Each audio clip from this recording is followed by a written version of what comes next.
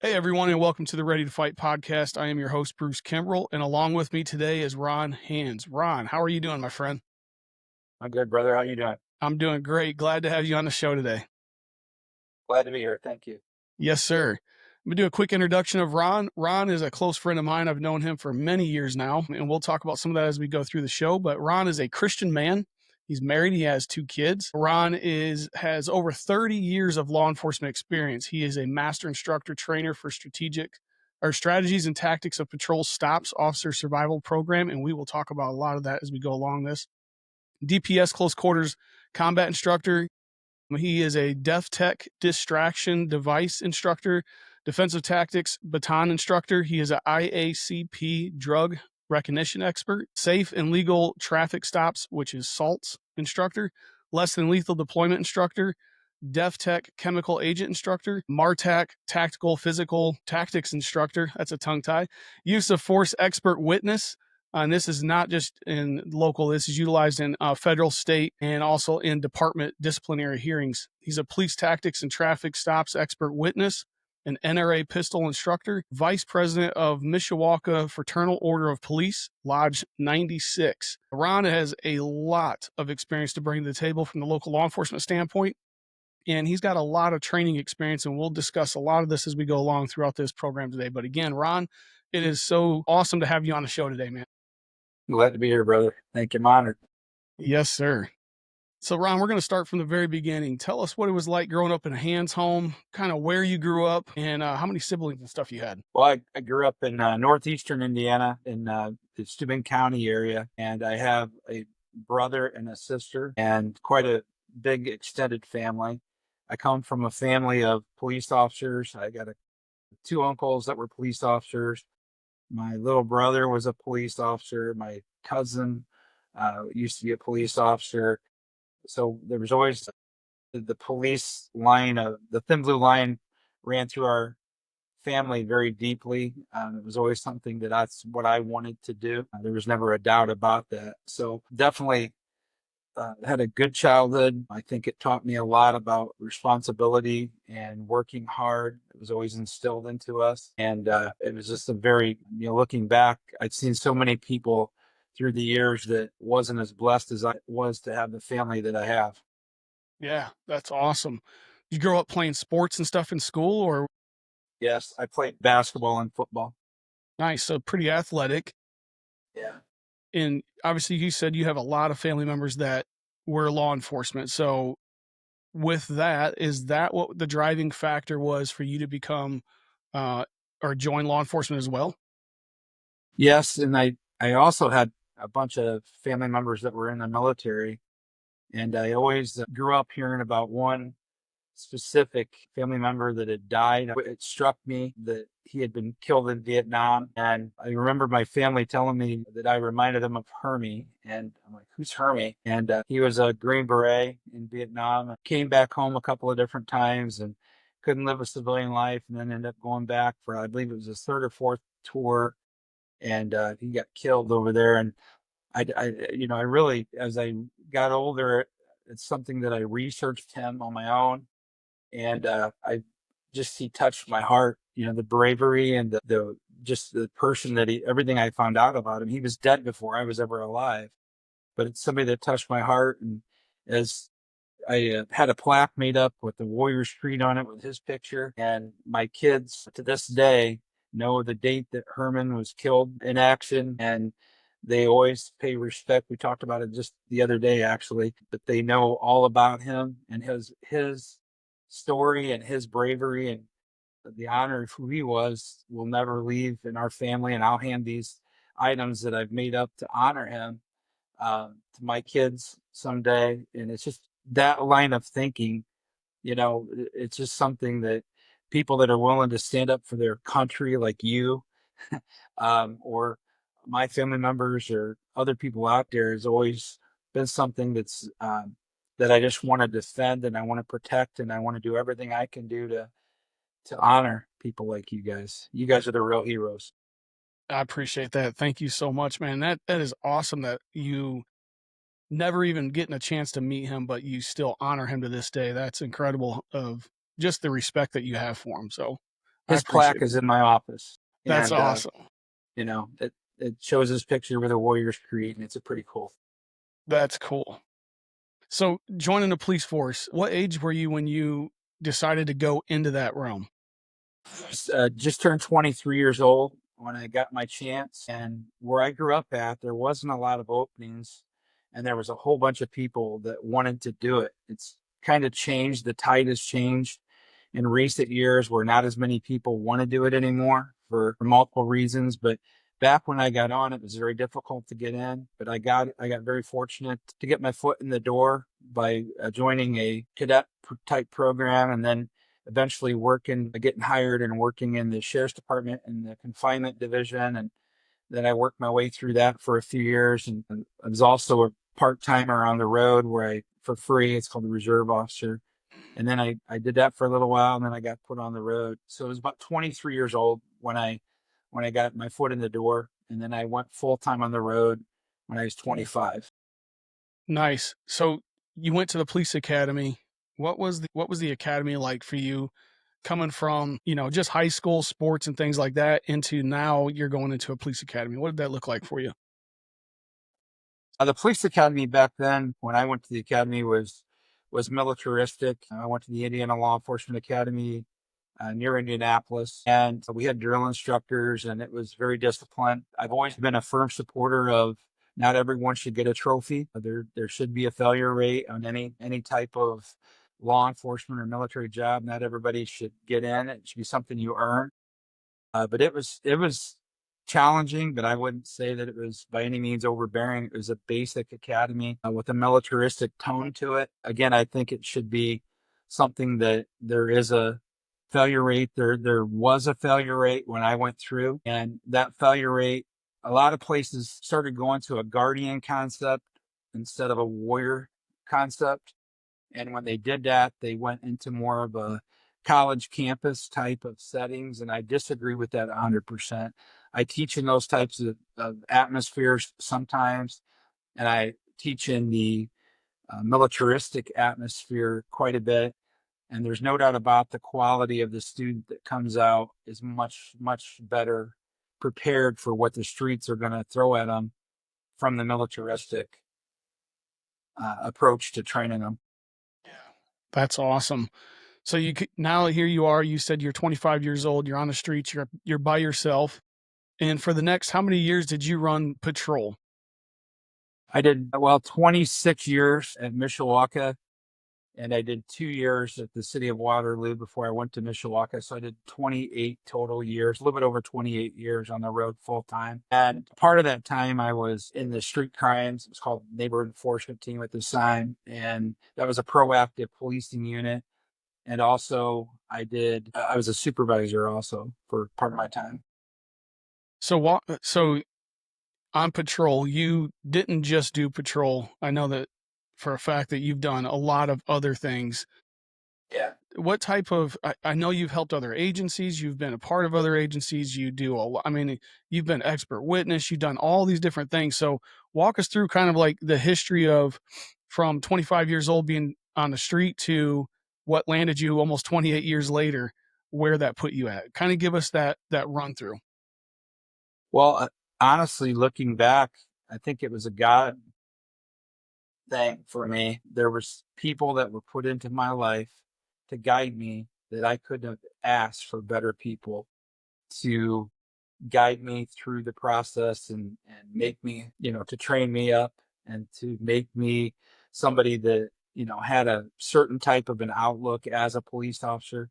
I had some very hardcore guys that were my field training officers and my instructors that kind of took me under their wing. And I'll always be forever grateful to them for what they did. So through the FTO process, the field training officer process, again, I couldn't have had better people to instill tactics into me, instill a heart into me to want to go out and always do the right thing. I remember one individual that probably gave me the best advice that I was ever given as a police officer. I've gave it to many officers since then, but he told me that what's going to determine, no matter how long that you are a police officer, what's going to determine if you are a success or not is if you can look yourself in the mirror on your last day, regardless of how many years it is, 20, 25, 30, 35 years, you look yourself in the mirror on the last day and you know that you always did every single time the right thing. You never did something that was wrong. The last day that I worked, January the 13th, 2024, was the day that I retired.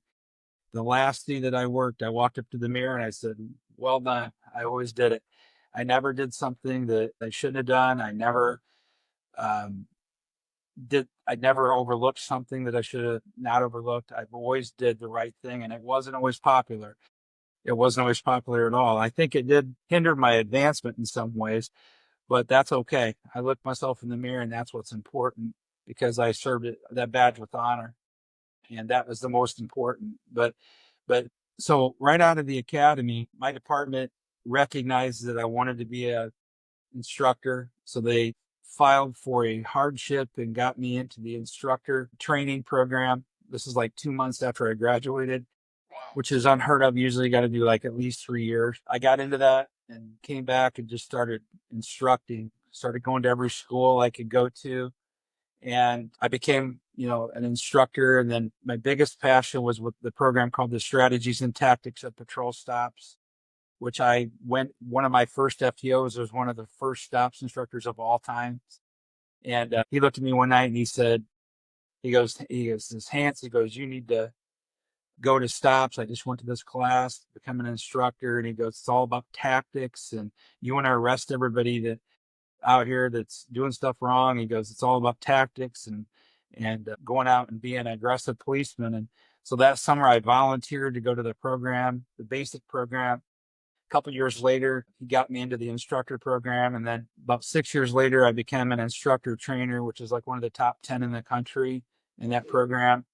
And then about 5 or 6 years after that, I got promoted to the executive director's position in stops for the Stops USA all over the country. And then a few years later, I ended up buying that whole company, Stops, and merging it with my company, ProTrain, which I started in 2003. It's a tactical training company. And I've owned ProTrain and Stops, ever since. And now we're in 45 states with the program, teaching officers how to survive. That's awesome. So definitely going to talk about ProTrain a little bit later, because I think there's a big benefit to anyone that's listening and other agencies of what you have to offer. And I absolutely love it. So as you started progressing, so obviously you're a go-getter. You're a hard charger. People knew right off the bat, man, you weren't going to just sit back and just sit in a car and do traffic stops, that you wanted to do more. So as you started progressing through the ranks and stuff, you got all these other accolades that you have that kind of show not only did Ron Hantz just do traffic stops and some training evolutions, but I mean, you reached the level of expert witness. I know personally that you've had numerous very large cases that you've been a part of. How did you get to that point? What led you to become from just a patrol officer to all of a sudden now you're leading as an expert witness in very large cases? Well, like I said, I got into the SWAT team, and then I got into physical tactics pretty quick. In the realm of physical tactics instructor, I was a martial arts student most of my life. I've been a martial arts student, and so physical tactics is one of the first instructor classes that I went through. I had a deep interest. I ended up going through 5 different instructor programs for physical tactics for law enforcement, and to become an instructor at 5 different disciplines of police physical tactics. And along the way, there was an old instructor that is, is on a pedestal with me, that is kind of like my second father. Took me under his wing, and one day he called me in. I was helping him teach a class at the Law Enforcement Academy, and said, when I'm done being an expert witness, which there's less than 5 expert witnesses, I believe, in the state of Indiana. He was the man at that. He's the best I've ever seen. If I could be half as good as him, I'd be incredible. I still tell him that to this day. But he took me under his wing and said, someday I'm not going to want to do this. I'm going to retire. And because I want you to take my spot at this. So he started teaching me how to be an expert witness in police use of force. And he started, when I would go to teach with them, which is about 8 or 9 days a month, I was volunteering my time to go teach with him. When that happened, I would get there and he would give me one of his cases that was already done through the legal process. And I would have to sit there and study it after we got out of class at night. And then the following day, we would get together at some point and he would start drilling me on how I would attack or defend the officers in the case. And he would act as though he's like a defense attorney and how they treated him. And eventually I got my opening in that to get certified in that, or to go through the process of being recognized as an expert. And then that led into, with my expertise in the traffic stop survival and officer survival arena, it led into being an expert witness in the other two, which is police use of force expert witness, police tactics expert witness, and police traffic stops expert witness. So I'm utilized as one of the expert witnesses that the national and state fraternal order police will utilize to defend police officers in cases that the lawyers really don't understand the why things happen the way that they do on the streets under rapidly evolving, tense, and uncertain situations, which is what the case law says in Graham versus Connor, the landmark case law. So they have an expert come in and do it. And we're the ones that do reports. One of my reports was 84 pages of opinion on about a 3 or 4 minute use of force incident. And I did an 84-page opinion on it. So we go in and really dig into it. And when we watch something on that's occurred, that's happening very rapidly on a video, we slow it down and we watch it over and over and over and over again. But we're looking for certain things that are happening in the videos. And then we're able to try to get into the mindset of the officer and be able to explain the pressure points that they're using or striking. And we're able to explain why they're doing what they're doing in those cases. So it's very challenging, especially when you're going against attorneys that have months to sit there and try to come up with questions to play stump the chump with you. You got to be ready for everything, every angle that they can come in at. But the thing about almost every attorney I've ever met, I got some really good friends that are attorneys in this realm. The thing about those guys is they do not understand the street side of it. They don't understand how fast things are evolving on the streets. And with that, sometimes, or maybe they have a financial motivation, some of them, or maybe they feel the officer did wrong, but they don't understand why he's doing what he's doing. And that's the thing I'll caution people with is it's easy to sit there and from the comfort of your chair and watch something and say, well, he could have did this and he could have did that after watching, the video 3 or 4, 5 times, hit and rewind and trying to come up with a solution. He doesn't have that. The officer doesn't have that luxury on the streets. And if he gets it wrong, the officer or someone else could get injured or killed. If they do something intentionally wrong that is, purely intentional, which is very, very, very rare, if they do that, then they'll be held accountable for that. And I'll be the last one that's going to try to defend them if they were out of bounds. And that's happened a few times where I've been involved or been contacted about cases where I cannot, in my mind, come up with a reason why the officer did what they did. And I'm not going to go in and lie for anybody. However, if there's someone that's out there trying to get home safely to their families and they have to use force in order to do that, it's not going to be pretty. Whenever one animal strikes another animal or lashes out at another animal, including humans, it's always ugly. But you got to get beyond it. And you got to look at the core behind the scene. You have to put yourself in that officer's shoes. Why is he doing this? What is he trying to accomplish by doing this? And another question is, once compliance is gained, did he stop? Yeah. That shows intent.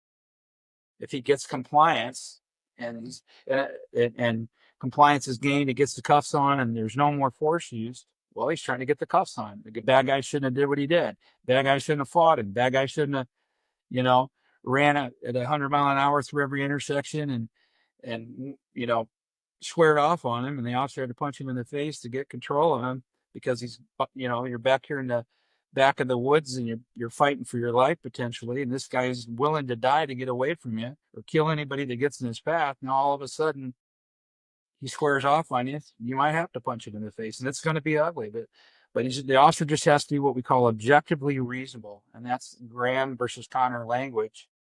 That is the language that all police use of force cases on the federal level are judged with. Man, that's interesting.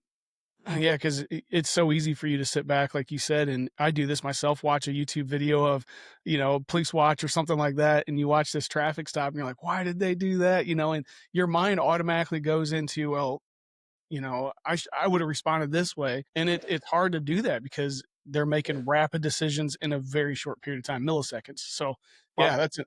often I'll slow the video down and I'll watch it in fractions of, increments of seconds, step by step, and I'm watching everything that they're doing, and throughout our training, we're taught a lot about nerve motor points and nerve pressure points, and we know what striking each one is supposed to accomplish, and we're watching for these types of things, to happen. When you slow it down, it adds a whole new level of understanding, as Yeah, opposed to watching things in full speed where it looks very violent. And yeah, and then another thing, like I said, is at the end, what happened once he gained compliance? Did he continue on? Well, that's out of bounds. But you see where I'm coming from. yeah. No, that's very interesting. I like that. So, we know that in 20 something years on the streets that you've seen pretty much you name it, you've seen it. And what I do on this podcast is I interview people from military, law enforcement, first responders, and we talk about traumas and events that have happened in their life and how it's affected them. And you and I were talking, and you have a little bit different approach to this. And I would like for you to share with us, the before you moved into law enforcement, you may have dabbled in some things, but you didn't have the same addictions or the same things that affected so many in the law enforcement realm or military realm. And explain to us why. Well, when I was 21 years old, I like to go out with the guys and drink because you're 21 and that freedom. But I always knew that I wanted to be a police officer. And the last thing in the world that I wanted was anyone to be able to say that I was a hypocrite. So I quit drinking about 6 months before I even applied to be a police officer. I was never addicted. I was never, an alcoholic, or I never did drugs. But I quit drinking about 6 months before I applied because I didn't want anyone to say, well, you do that. Because I knew, just based on the drive that God gave me, that when I got out there, I was going to be very aggressive in enforcing the law and going after people that are putting other people in danger. So I did that. I stopped drinking and I went into the career. And after I got into the career, with what I would see, first of all, I started out working in the county jail. Like I said, I watched all these people come through the doors or through the bars that had addictions, and they'd be a revolving door. And I always tried to learn from them, and I would sit back and I would talk to them, and they were, and I would listen to their stories, and I would listen to how, many of them were taught that growing up, their family, they had dads that were alcoholics or drug addicts, or family members that were involved in alcohol or drugs. And that was kind of a learned behavior for them. And then they became addicted. And with that, I watched them, and I watched how it literally destroyed their lives, or definitely took a huge toll on their lives. And it was hard to beat. And if it did it again, sorry, Bruce. But I watched them struggle with the addictions and how they just continued to come through the doors. Many of the inmates struggle, and they just keep coming in, and they would, they weren't, many of them were decent people when they were sober, but then they Mhm. would get alcohol or drugs on them, and some of them became monsters. But it taught me very, very quick that that's not a good way to go, is to try, to become addicted to alcohol or drugs. And then when I went out, when I got hired on the road, I was someone that went out and attacked drunk drivers very aggressively. And I watched the OWIs, how so many people ruined their lives. Eventually, a few years in, we started a St. Joseph County Metro fatal alcohol crash team. And I became an instructor at OWI detection and field sobriety, a national instructor at that very early on, because I went to every school they'd send me to be the best I could be at it. And then I ended up going through the drug recognition expert training, which had about a 60% failure rate when I went through. And I got through that program, and then we started a fatal crash team, and it was a metro team. And my job on the team as the drug recognition expert was to determine if any of the drivers were intoxicated or impaired, either through alcohol, drugs, or both.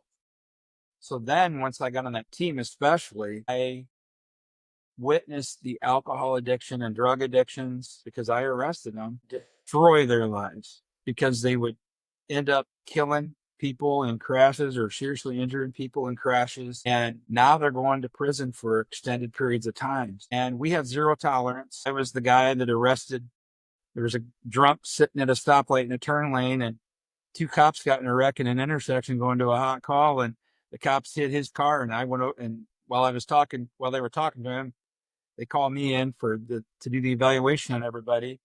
And the guy that was just sitting there in the turn lane was drunk. Well, I arrested him. He wasn't even involved, because we had zero tolerance. If you were drinking and driving, you went to jail. Yeah. And if you were over the legal limit. But I watched the drugs and alcohol take terrible tolls on people that put them in prison for extended times. My longest OWI conviction ended up being a murder conviction, which was the first one in Indiana, because it was the secondary strike that killed the individual, who happened to be a friend of mine. But the secondary strike killed him, and we got a murder conviction out of that. I think he got 60 years on that one. He got sentenced to 60. It was either 50 or 60-year sentence on that. So he'll be sitting in jail for a long time, because he went out and chose to get high and drunk and drive his car and end up killing someone that was a really good guy.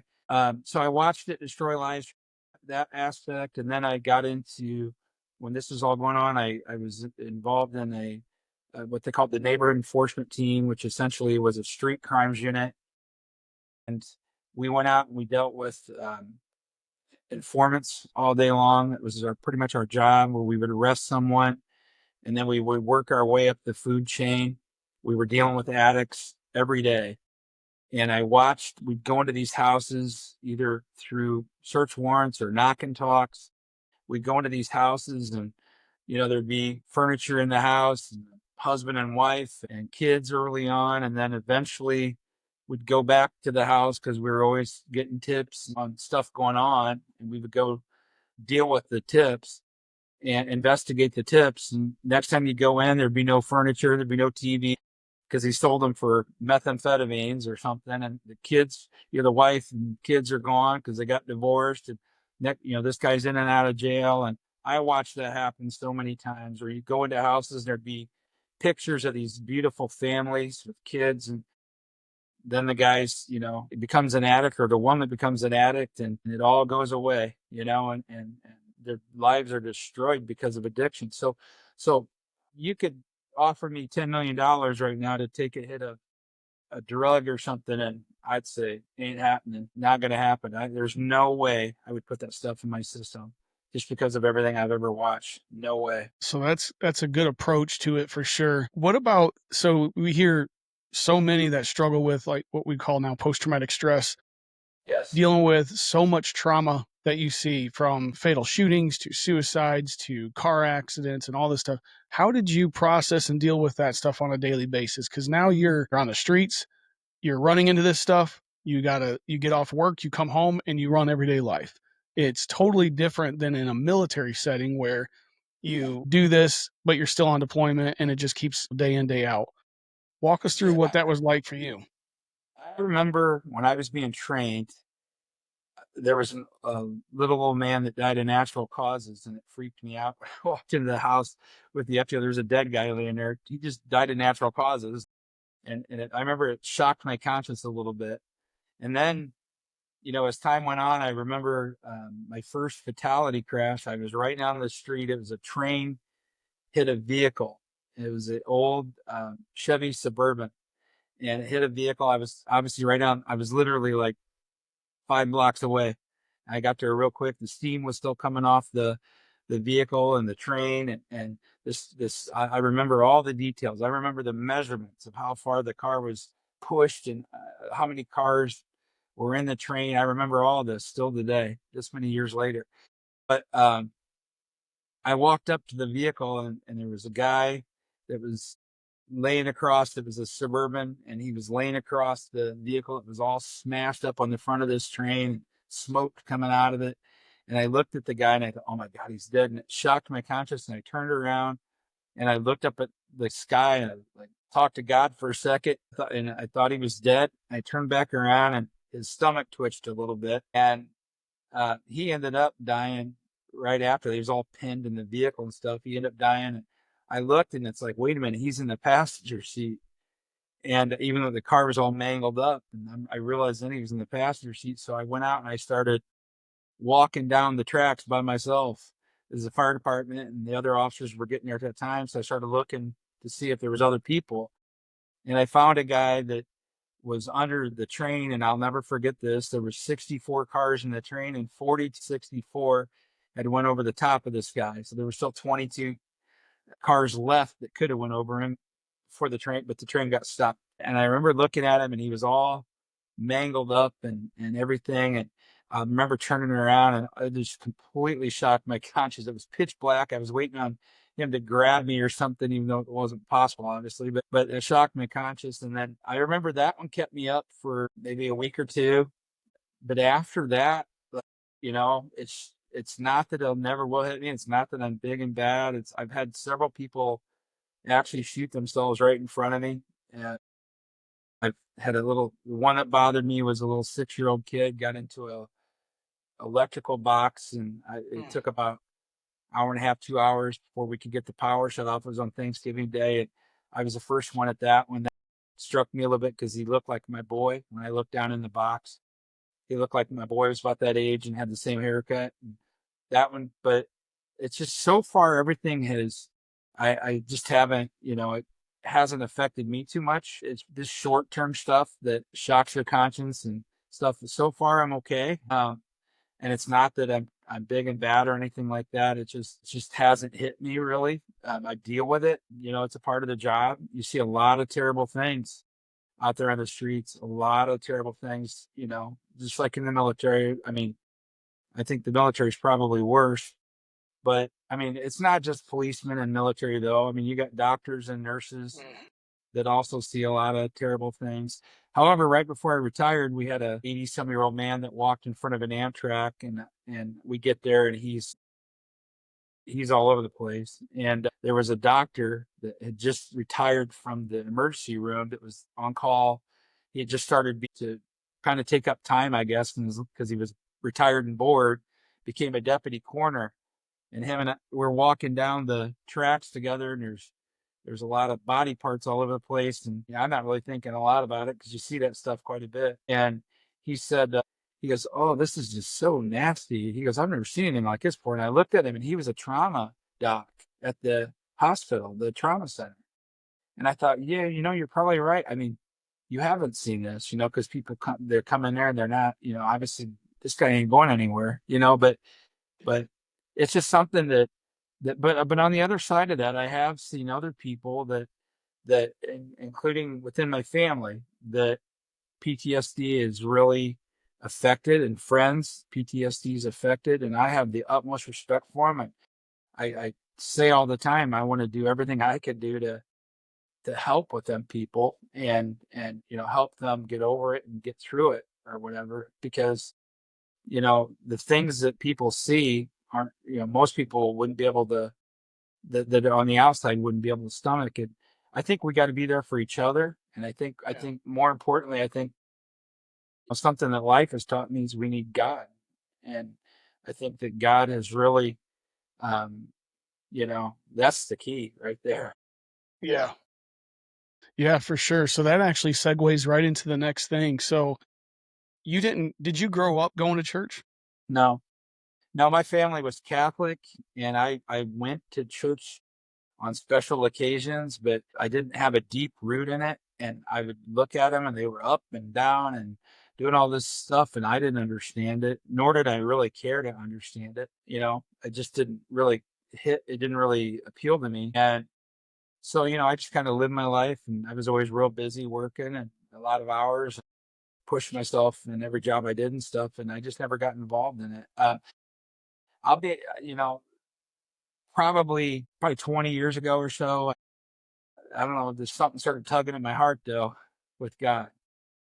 And it took a while, but it really started tugging at my heart. And now, I see the picture so clearly.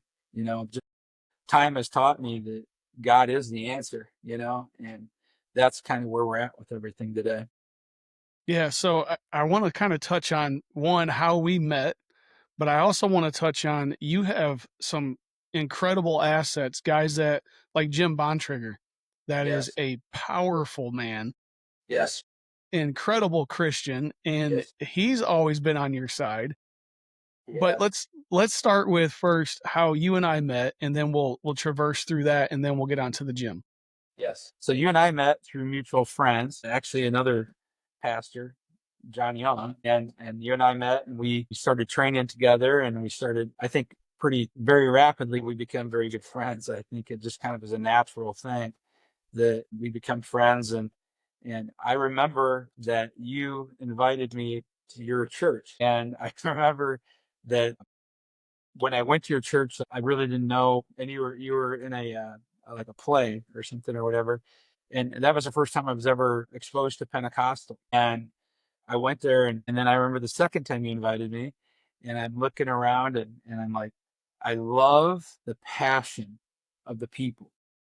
And I remember telling you and telling another friend that went with me, Rich Freeman, Mhm. you invited. I remember saying, this is very encouraging to see, especially the young people, as passionate as they are about Christ. 'Cause at that point, we were kind of losing, the country was kind of, this is what, 7, 8, 9 years ago or something like that when we went to there. And I remember, there wasn't the kids were playing video games, and there wasn't a lot of patriotism being instilled. The passion the kids have for Christ and the Pentecostal movement is incredible. And eventually, God has led me to where I'm at today, where we live at. It all was laid out in front of us. We go to a Pentecostal church, and we're very involved in our church. And I love the passion of the church. I love the commitment of the church. And it's not just about going to church on Sunday and you feel good about it because you went to church for the week or whatever. Truly change the way that you live, Yeah. for God and the Bible. Yeah, that's awesome.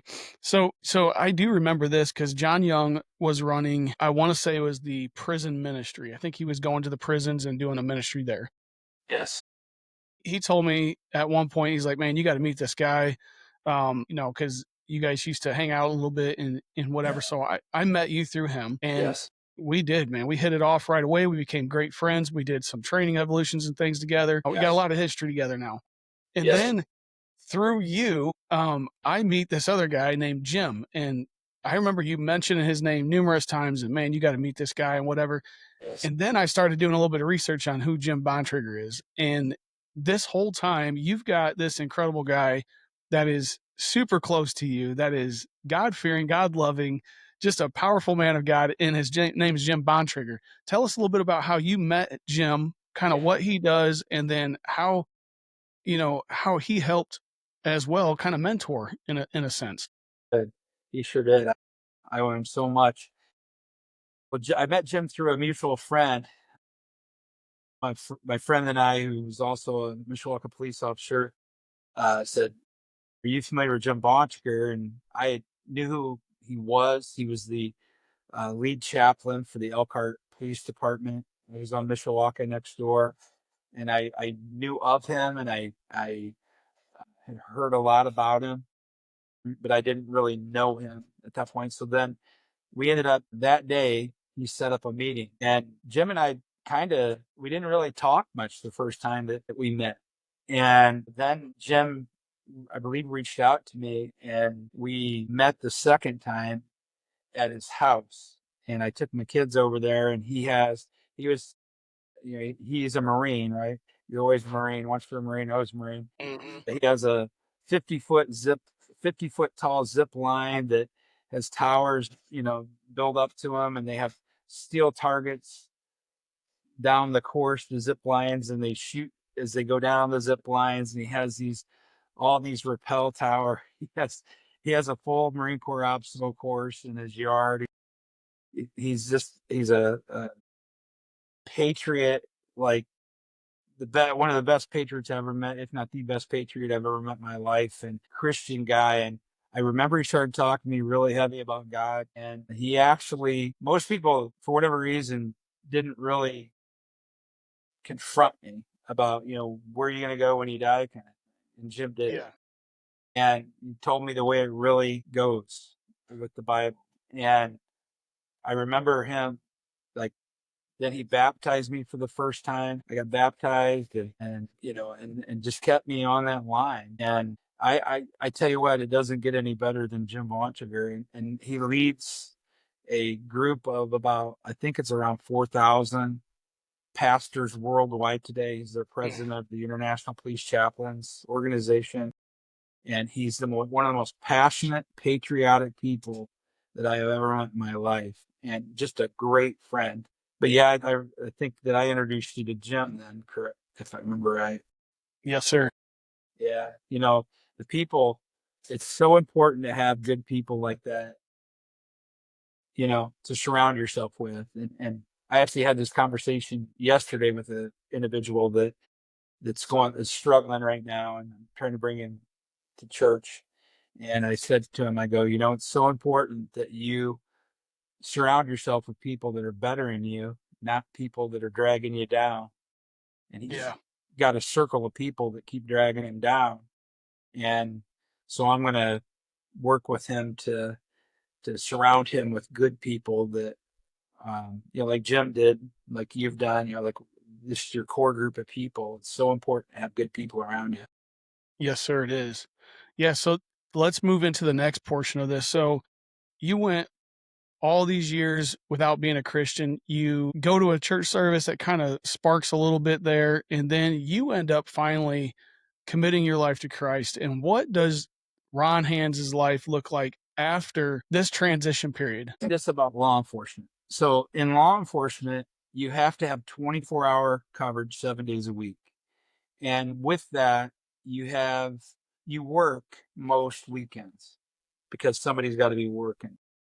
Well, I worked for many years at a Catholic church in the parking lot, just doing security for them. It was 7 or 8 years I did that. So I was at church every Sunday, but I wasn't inside where I should have been. And it's easy for especially police officers that work a rotation that they cannot attend 2 out of 3 weeks because they're working on their rotation. If they're working day shift, especially, it's easy to go down the wrong path, especially all the negative things that you see, or the evil that you're in their homes, or, you're in the arena with them daily. And so, but once I got some time on the police department and was taking more time off on the weekends because I had more time built up to take off, we started going to church, and my life has changed 100 times for the better. Like, as good as it's been, and God has truly blessed me, and I don't know why He's blessed me like He has. But He truly has put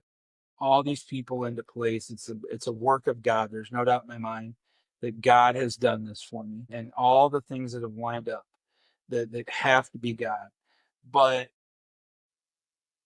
with that being said, once I started going to church and learning more about the Bible, going to Bible studies, and especially in the last few years, the last 3 years or so, my life is so much more complete today. And I feel so much better. Even though I never did bad things, I never went out and did bad things as far as against society. I always tried to do good things for society. Like living as a Christian is fills your heart. It fills your heart, and it makes you feel good about not only you are out there in the public, but also who you are behind closed doors, at your home, and live the way you live your life. And I think it's so important. I've something that I regret that I regret it often is that I wasn't more demanding about being Christian with my kids. I wish that I would have raised them in the church. I wish that I would have taken more time off when they were little and got them in the church. Thank God they're both doing well and they're living their lives. But I wish that I would have taught them, because I watched so many families in the church where fathers, according to the Bible, are the leaders of the family. Fathers lead their families to church, and I watch how their families excel. And I wish that I would have given my kids that foundation as a father by taking the time to take them to church instead of working or whatever. It was so much more important. And thank God my kids are both doing well, not doing bad things, but I wish I would have gave them more of a spiritual. I wish when they were younger and growing up, I wish I would have done that as a. Yeah, it's so important. In my case, I mean, I grew up in the church and I had a long period of time that I backslid and I walked away, and it brings a lot of regrets even in my life. But I'm so grateful and thankful for his grace and mercy that I'm here now. So Yes. we're happy with that. I couldn't be prouder of you. I'd be prouder of you. I mean, I I appreciate that, Ron, seriously. So I want to transition a little bit now. So you got this banner above your head and it says ProTrain. We talked about this early on when in 2003 you, I believe, purchased Stops and merged that into your own company, correct? no, in 2003, I went into the chief and I had ideas about how if we did not change the way that we were training our officers, if we didn't change our approach by making everyone attend the same types of tactical training, so we're all operating out of the same playbook, that officers were going to get killed because there's way too much complacency. And the chief at the time was not a guy that got anywhere because he trained or went out and made the most arrests or he did anything spectacular by any means. He just was married to the right person that was politically influential and that got him the job of chief of police because of politics. He didn't want to hear it. He didn't care. Training didn't mean anything to him. I was very fortunate because my department would send me to everything I wanted to go to. They would, but if you didn't want to do that, they didn't care. Most guys didn't do that. But anyway, so I when he told me no, he didn't even want to read what I had wrote up, and I didn't want anything for it. I just had a plan. Here's here's where we're at. Here's what we need to do to fix it. And all I want to do is be a part of the solution. I want to help because I don't want cops to get killed. That's always been my passion. And he didn't even want to read it. He didn't read it. He just threw it to the side. And I remember walking out of his office and looking back at him, and I thought, I'm not going to let you kill my enthusiasm. So that night, I went home. That was in 2003, July of 2003. And I sat down and I drew up the plans for my company. I thought, I'm going to take it on the road then. I'll do it myself. I had no idea how I was going to do it. And I sat down and I drew up plans of how I was going to take this out and I was going to teach. Then I contacted my mentors from that had trained me and said, this is what I want to do. I want to start my own company. I want to go out and I want to teach tactics and I want to teach fighting. I want to teach shooting. I want to teach all this other stuff. And I remember a common theme was, well, if anybody's motivated, it's to put the work in, but how are you going to overcome all of these companies that are already doing this? It's a very, very low success rate of people who start their own training companies. And I said, I don't know, but I just feel like God's tugging at me, even though I didn't really know God at that time. I remember saying that. I just feel like God's tugging at me to do this. And so I started a couple months later. I started with my first classes. God aligned people to me to had me come in and start teaching at universities and hospitals and security staffs at hospitals and doing some training. I got promoted then for the STOPS program in '03 to the instructor trainer group. So I started teaching instructor level classes at that. And then a few years later, then I ended up becoming the executive director of Stops USA. I got promoted to that position. So now I'm running the whole country with Stops. Then eventually, I merged. I bought Stops and I merged it with ProTrain. I bought the company and merged it with ProTrain, and now we're in 45 states. Presently, we have about 4,600 Stops instructors teaching for us nationwide in 45 states. We're teaching federal agencies, state agencies, thousands of local agencies, academies are using our program. There's about 13 state police agencies. I'm teaching the CIA Vehicle Combatives program. We're doing other federal agencies. Our main specialty is vehicle combatives, how to fight from in and around vehicles. And that's our big ticket items. So it's all a God thing, though. There's no doubt about it. I mean, who am I? You know, I sit there and I give all the credit in the world. It's something much bigger. As of last week, I got my last call was last week. I got my 360th student that called me and said that what they learned in my class saved their life in a gun battle. That's 360 of them. I've had 6 students shot in those 360 gun battles. None of them have died. They all won. That's something much higher than me. 360 and 0, essentially. Yeah. That's something much higher than an individual. That's something, it's God's, protecting society from evil out there. And God wants guys like you and I to go out there and teach them, I think. It's something much higher than an individual. It really is. I'll give a lot of kind of credit to the people that work for me within the company, but they're doing a great job. But it's something much higher than all of us. And I tell them that right up front. So go ahead. So how can any agency, whether local, federal, how do they get a hold of you? And then what type of programs do you have to offer them? Everything that we teach within our program is officer survival on the streets or protecting them in the courts after. So we teach police survival tactics, teach tactical traffic stops, we teach counter ambush drills, we teach, counter ambush right now is a big topic because about the last 9 years, pretty much every year, it's triple digit increases percentage wise in the amount of officers that are being ambushed, where somebody's laying in wait, somebody's doing premeditated attacks. It's a cool thing to do in certain elements of the population. So we're teaching our officers how to overcome that, those ambush type situations on the streets where maybe somebody gives them a minor call, or maybe they're somebody that would have before people would run away because they don't want the cops to come and arrest them. Now they go and they hide in the wood line and they wait for the cop to pull up. We're teaching our guys to park down the streets, use darkness, recognize concealment and cover, utilize it, always expect trouble. And counter ambush stuff is huge right now. And we're trying to really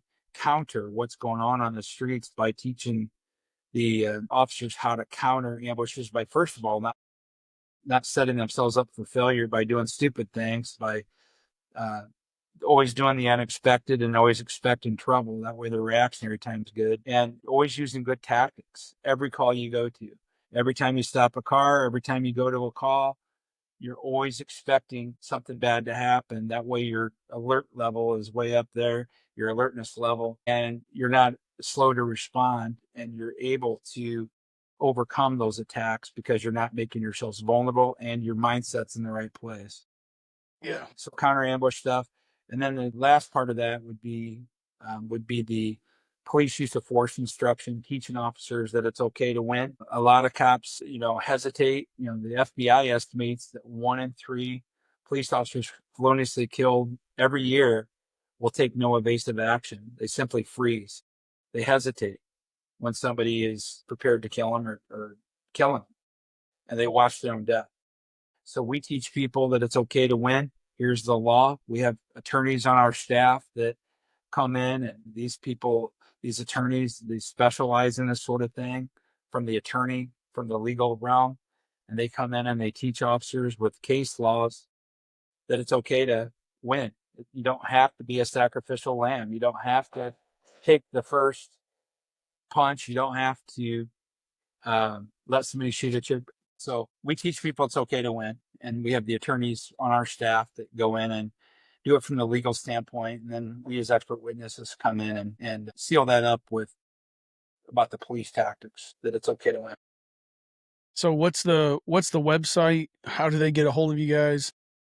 Yeah, our website is www.ProTrainInc.com. ProTrainInc.com. My email address, if they're interested in either use of force, expert witness help, or if they would like to host any of our tactical training, is RHANTZ at ProTrainInc.com. Hantz at ProTrainInc.com. Awesome. I'm sure you should get some good responses from that, because I know there's a lot of people out there that would be interested in having this style of training. So yes, sir. Thank you for that.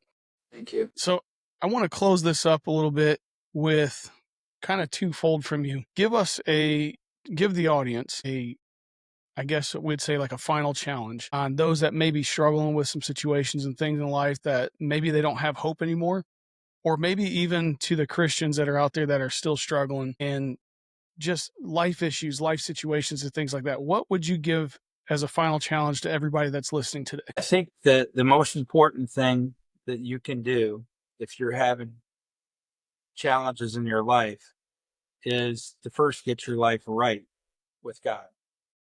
If you find a church and study the Bible and devote yourself to the church, I am convinced the life will get better. I am convinced of that. Like I said, I've been very blessed in my life, and I decided to make what I believe is absolutely the right decision by getting involved in the church. And my life that was already good has become 100 times better. And it's very important, I think, that you, if you have young children, you get them into the church very early on and teach them. That's probably the most important thing that you can do that I didn't do. And I regret that every day. Yeah, so we actually use a phrase called the 4 B's: be in the word, be in prayer, be in fellowship, and then be established with men that are going to hold you accountable. And this is not just men, it's women too. But it's finding somebody that's going to be able to poke you in the chest, that's not going to side with you and say, oh man, yeah, I feel that struggle. I know, man. And maybe you should, let's go to the bar and drink about this or something. But no, it's someone who's going to poke you in the chest and say, you need to correct this. And maybe you're at fault. Maybe you need to look at it through a different lens. And that's having strong Christian men in your life. Yes. And then the fellowship part, man, I know, at least in my life, I struggled. And part of the, I would say, the lack of coping, how I would cope is I would isolate. And when you take that fellowship piece out and you distance yourself from other people, you become so in this cocoon per se. And when you do that, there is nobody, you're not open to listening to anybody's opinion. You're totally cutting that piece out. And fellowship is so important, especially godly fellowship. And that's where you get that through the church. That fellowship piece is not just hanging out with people, but it's fellowshipping with the church and having a bishop and a pastor or someone who's going to lead and guide you. And that piece is extremely important. And then the prayer life, be in prayer. You can pray in your car. You can pray in, just your everyday life. You can pray anywhere you want. And it's making sure that you have that peace in your life. And then the last one is be in the word, listening to the Bible, reading the Bible. Just having that peace in your life is so important to have. So I want to encourage everybody, if you're struggling and you don't know what to do, find a church, establish yourself in that church, reach out, get a hold of a pastor, a preacher, a minister, somebody like that, and get them a part of your life. Get that fellowship piece as part of your life. Be in the word, start studying and reading and understanding what God has in plan for you. And then the other pieces is find people that are going to be holding you accountable, and just be there to encourage you and strengthen you, but also tell you that maybe you're the one that's at fault for situations. But at the end of this, I just want to say thank you all for watching. Thank you for joining us on this Ready to Fight podcast. I am so excited to have you guys follow us on this journey. Don't forget to hit that like, subscribe, and we are on every podcasting site right now. So join us, give us a comment, give us some feedback, share with your friends, and get this word out there. We have so many more coming, so many more episodes in the works right now, and so many more on the schedule. So continue to listen, support this channel. I greatly appreciate it. Don't forget, never give up, always keep in the fight, and remember to keep God at the center of everything you do. Till next time, thank you all for watching. I greatly appreciate it.